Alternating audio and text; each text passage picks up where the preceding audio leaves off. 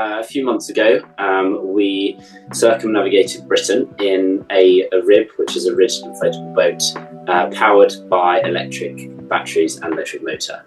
It had never been done before, so we were the first. We set a few world records, which was very exciting. We're the first and fastest electric RIB around Britain.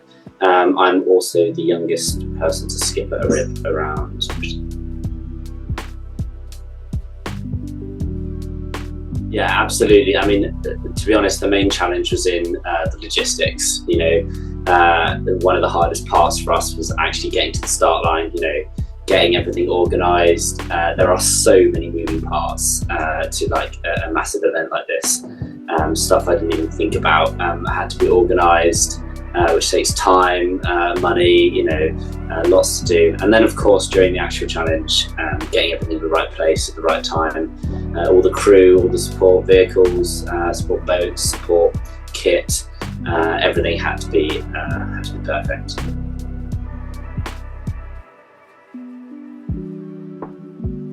Well, thankfully we had a few different crew members. I don't think they would have survived me for the whole 3 weeks or whatever it was in the end. So we had my cousin Henry Chintack for the first bit.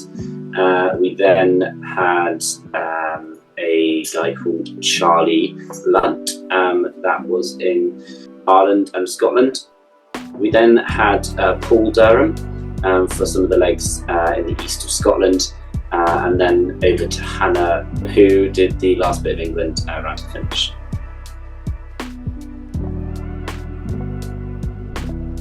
Yeah, absolutely, massively.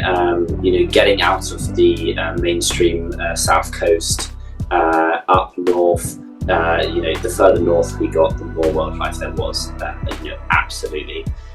Into Northern Ireland and Scotland, we saw massive pods of dolphins, seals, loads of birds. So many birds I don't even know what they are, and even possibly saw a whale, which was amazing. But all in those places where boats don't really go, or occasionally. And it was brilliant to be electric because we knew that we weren't damaging all these marine species. We were there, and we'd be able to experience it without having a negative impact on them.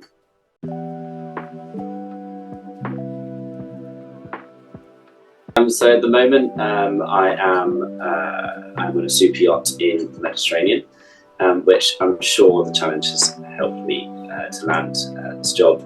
It's not easy getting into this industry, but yeah, absolutely the people I've met, brilliant people. So many helpful people along the way.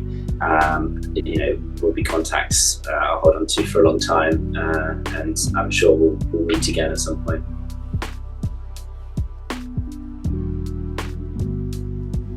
I think I want people to have a think about how they're having an impact with their boating.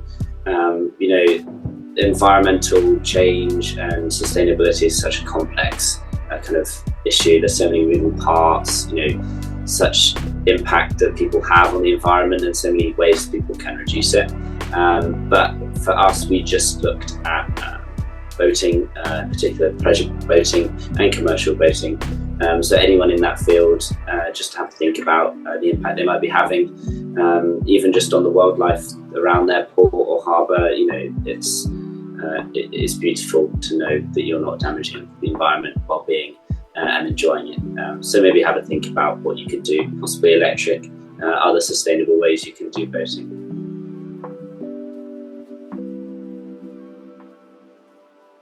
Yeah, so this was really why we were looking at the seats in the first place, and at Steelworks, when we first got thinking about, we might want to think about suspension seats, because we previously had kind of a box seat kind of style with a bench, which had like a flippy up seat thing, and it was all right for the flat, calm weather for a few miles, but we wanted to know that we'd be safe and comfortable if we needed to go out in the rough, or very rough, big waves, lots of smashing around for several hours on end, which is why we looked at suspension seats, and which it did turn out that we were and did experience a lot of rough Yeah, so the benefit to us of the suspension seats was the rough weather.